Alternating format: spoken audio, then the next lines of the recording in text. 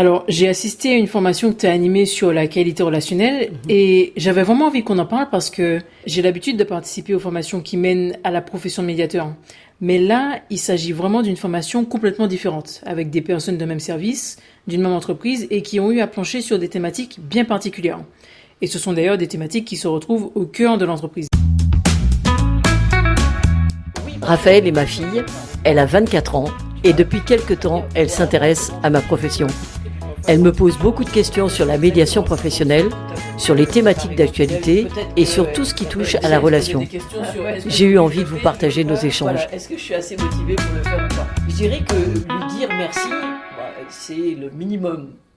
Oui, c'est vrai que j'ai plus l'habitude d'intervenir pour former des médiateurs professionnels, mais en tant que médiateur professionnel moi-même et habilité par l'école professionnelle de la médiation et de la négociation, je peux également enseigner la qualité relationnelle à des publics variés, dont des publics d'entreprise, ce qui était le cas lorsque tu m'as accompagné. Ouais, c'est ça.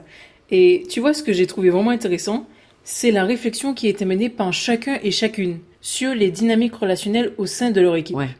Donc les participants ont pu examiner leurs habitudes de communication, ils ont pu identifier les sources de tension, et ça a conduit à des discussions et à des prises de conscience sur la façon dont ils interagissent les uns avec les autres.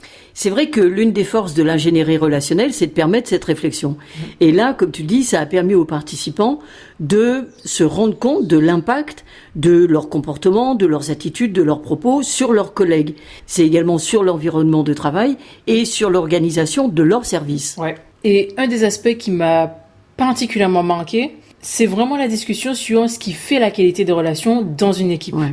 C'est-à-dire comment les interactions quotidiennes peuvent créer de la motivation, de l'envie de travailler ensemble, ou au contraire, comment elles peuvent amener de la méfiance, de la résistance et même du mal-être. Et je me souviens même d'une personne qui parlait de maux d'estomac à chaque fois qu'une réunion de service était programmée. Ouais, c'est vrai. Oui, c'est vrai qu'il y a des choses fortes qui se disent lors de ces échanges parce que c'est des moments, en fait, où se travaille la cohésion d'équipe. Ouais. C'est-à-dire que chaque service a un objectif. Alors, on peut réfléchir sur les conditions de travail, sur tous les moyens qui sont à mettre en œuvre pour réaliser le projet du service. Mais si les relations professionnelles ne sont pas sereines, ne sont pas apaisées, si la confiance n'est pas là, tu vois, si les personnes ont des doutes sur les intentions de leurs collègues ou sur la reconnaissance de leur propre travail, ou même s'il y a un management descendant, eh bien, évidemment, ça peut sérieusement nuire à la réalisation des objectifs du service. Ouais, absolument. J'ai vu que certains avaient des révélations sur la manière dont leur comportement ou même leurs propos étaient perçus par les autres. Et c'était souvent surprenant pour eux de réaliser que des actions ou des paroles qu'ils pensaient anodines, qu'elles pouvaient avoir un impact négatif sur leurs collègues. Oui, parce que c'est vrai qu'on a plus l'habitude de juger les propos ou les comportements des personnes qui nous entourent que de s'interroger sur les impacts que nos propos ou nos comportements vont avoir sur les autres. C'est tu ça. vois. Et cette prise de conscience, elle est essentielle parce que elle est le premier pas vers le changement.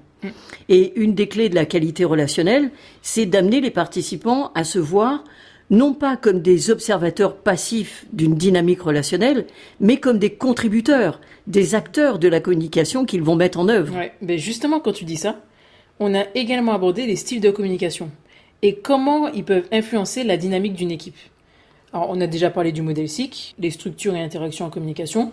Et là aussi, les personnes étaient étonnées de voir qu'elles pouvaient intervenir sur leur propre manière de communiquer. Ouais, c'est vrai que ça se dit ça dans toutes les formations. C'est-à-dire que les personnes n'ont pas conscience de tout le potentiel qu'elles ont à leur disposition pour faire passer un message. Tu vois, c'est-à-dire que quand elles ne se sentent pas comprises, elles auraient plutôt tendance à répéter la même chose. Ouais. Alors évidemment, c'est pas très productif, on l'a déjà dit. Et ce que l'on voit pendant la formation, c'est toute la diversification communicationnelle qu'il est possible de mettre en place pour s'adapter en fait au mode de réception des personnes qui sont en face de nous. Et c'est ce que permet le modèle SIC. Ouais. Il y a eu des moments forts pendant cette formation. Les personnes ont travaillé sur la cohésion d'équipe, sur la clarification des attentes, le changement et sur le management en général. Oui, c'est une formation pendant laquelle nous travaillons sur les éléments qui fortifient et qui renforcent la bonne entente dans le groupe. Ouais, et parce qu'il faut préciser, c'est que la qualité relationnelle, c'est un enseignement issu de l'ingénierie relationnelle. Exactement. Et c'est Jean-Louis Lascaux qui a mené une réflexion à partir de ses observations sur les relations interpersonnelles et à partir également de toutes les modélisations existantes sur le sujet. Alors, on a déjà parlé de la courbe du deuil de Kubler-Ross ou encore du triangle de Karpman. et même parmi d'autres modélisations d'ailleurs, et n'ayant pas trouvé satisfaction dans ces modèles-là, ben, il a lui-même posé les éléments de l'ingénierie relationnelle.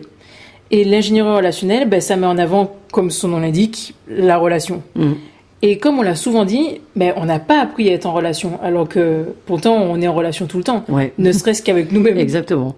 C'est vrai que lorsque on explore les dynamiques relationnelles, tu vois, ce qui fait qu'une relation est agréable et ce qui fait qu'une relation se dégrade au point de devenir conflictuelle, on constate que souvent ce sont des situations que l'on subit en se disant que c'est comme ça, tu vois, il y a du fatalisme, quoi. Ça peut être de la faute de l'autre. Ouais, souvent, et souvent d'ailleurs, oui. Et puis plus tard, quand l'émotion est un peu retombée, quand on a pris un petit peu de recul, ben, il est pas rare qu'on se dise si j'avais su, tu vois.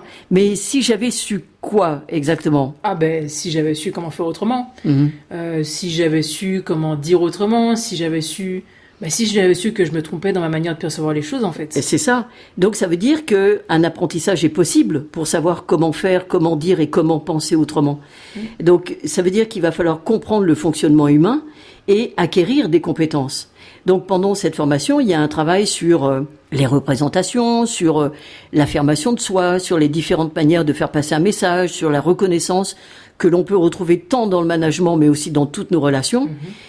Aussi sur comment faire pour motiver une équipe et comment faire pour accompagner le changement. Ça aussi, c'est un point qui est très important dans l'entreprise, dans le monde associatif ou même dans la famille. Ouais. Et tu vois, quand tu me dis ça, ben, ça me fait penser à une des remarques des participants, qui est que finalement, cette approche-là, on peut dire qu'elle est holistique, parce qu'elle peut s'appliquer dans divers contextes.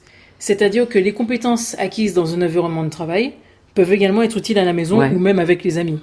D'ailleurs, c'est cette personne-là qui disait qu'elle voulait tester le message de reconnaissance chez elle. Et il y en a même une autre qui disait qu'elle était impatiente de voir si ces techniques-là pouvaient fonctionner dans sa relation avec ses enfants. Oui, tout à fait. Mais ce sont des compétences relationnelles. Donc, elles sont applicables partout où il y a des interactions humaines. Donc, à la maison, par exemple, les situations dégradées existent dans les couples. Tu vois, quand il y a des malentendus qui génèrent des problèmes de communication, mais ça peut être aussi dans les fratries, quel que soit l'âge, où les tensions font vivre des moments désagréables, où je dirais, d'une manière générale, quand des représentations s'affrontent, s'opposent, et puis que des décisions amènent des déchirements. Alors, ces compétences relationnelles sont efficaces, et ces compétences relationnelles, comme tu l'as dit, s'acquièrent. Ouais. Et il y a même une personne qui disait qu'elle était surprise de ne pas entendre parler de la bienveillance. Ah oui. Oui, ça, on l'entend, enfin, en tout cas, moi, je l'entends systématiquement. C'est sûr que c'est surprenant parce qu'il y a beaucoup de propositions de formation qui prônent la bienveillance. Mais bon, on a déjà fait un podcast sur le sujet et tu sais maintenant que la bienveillance, c'est pas du tout une attitude ou une posture qui va générer de la cohésion d'équipe, par exemple, ou permettre de mettre en place de la reconnaissance ou d'obtenir une motivation ou une adhésion à un projet, tu vois. Oui, d'ailleurs, les participants ont très vite compris que si la bienveillance est tout à fait adaptée à la maison ou même avec des amis, ben, elle peut être au contraire contre-productive dans des relations professionnelles. Donc c'était vraiment intéressant de participer à cette formation. Et d'ailleurs, le retour des participants était édifiant en termes de satisfaction, en termes d'étonnement aussi. Et l'un d'eux a même dit qu'il regrettait de ne pas avoir connu la qualité relationnelle plus tôt, ben, parce que ça lui aurait permis de ne pas se pourrir la vie avec certains collègues. Donc, pour revenir à l'information, c'est une formation de 3 jours. Alors, en fait, c'est 2 jours de formation qui peuvent se faire dans l'entreprise quand la direction souhaite former le personnel à la qualité relationnelle. Mais les personnes peuvent s'inscrire aussi individuellement à ce parcours de formation. Donc, je disais 2 jours de formation, puis 1 mois après, une journée de retour d'expérience qui permet en fait de faire le point sur ce qui a été expérimenté, sur ce qu'il faut renforcer, etc. Donc, les personnes peuvent s'inscrire pour travailler ces savoir-faire, je dirais, qui ont un objectif, c'est de donner du sens à notre existence, parce que on l'a déjà dit souvent, je pense que le redire à nouveau, c'est pas trop. Ouais, je sais ce que tu veux dire, c'est que ce qui donne du sens à notre existence, ben, c'est d'avoir des relations de qualité avec les autres, mais aussi avec soi. Exactement.